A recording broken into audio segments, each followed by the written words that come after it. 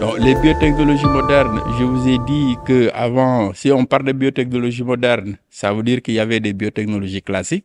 Et l'objectif, c'était de voir comment on pourrait répondre à certaines problématiques de la société.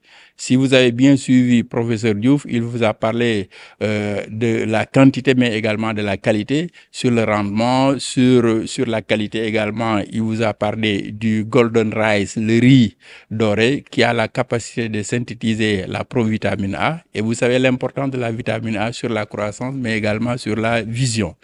Donc, les biotechnologies modernes également sont là pour essayer de voir comment on pourrait apporter des solutions à certains problèmes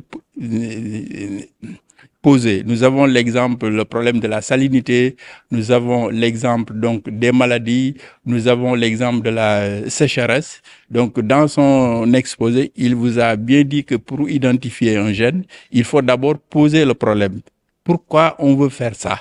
Si par exemple, on peut créer des plantes qui peuvent se développer sur un sol salé ou sur un sol sèche, etc.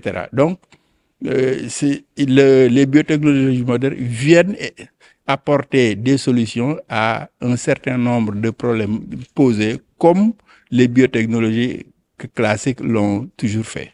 Donc, pour le Ziguinchor, je peux citer juste un exemple. Quand on prenait la mangue, quand on parle de Ziguinchor, on parle de mangue. Et vous savez que vous avez beaucoup de maladies qui détruisent, par exemple, la mangue à Ziguinchor. Pourquoi pas essayer de voir comment on pourrait donc travailler avec les biotechnologies modernes pour pouvoir mettre en place des manguiers qui pourront résister, par exemple, à certaines attaques de maladies. Ça, par exemple, c'est juste un exemple. Donc, on a choisi les cibles comme étudiants parce qu'il est toujours important. Nous, on n'est pas éternel. Si vous faites du reboisement, il faut avoir des pépinières pour pouvoir aller puiser au niveau des pépinières et reboiser. Mais si vous avez des arbres adultes et que vous n'avez pas préparé des pépinières, à un moment donné, l'action sera tout de suite arrêtée. C'est la même chose que le fait de venir d'échanger avec les étudiants, de parler avec eux donc sur les biotechnologies modernes, sur leur application. Donc, de les former également parce que il faut quand même créer donc une pépinière intellectuelle qui pourra demain donc pérenniser les actions qui sont menées aujourd'hui.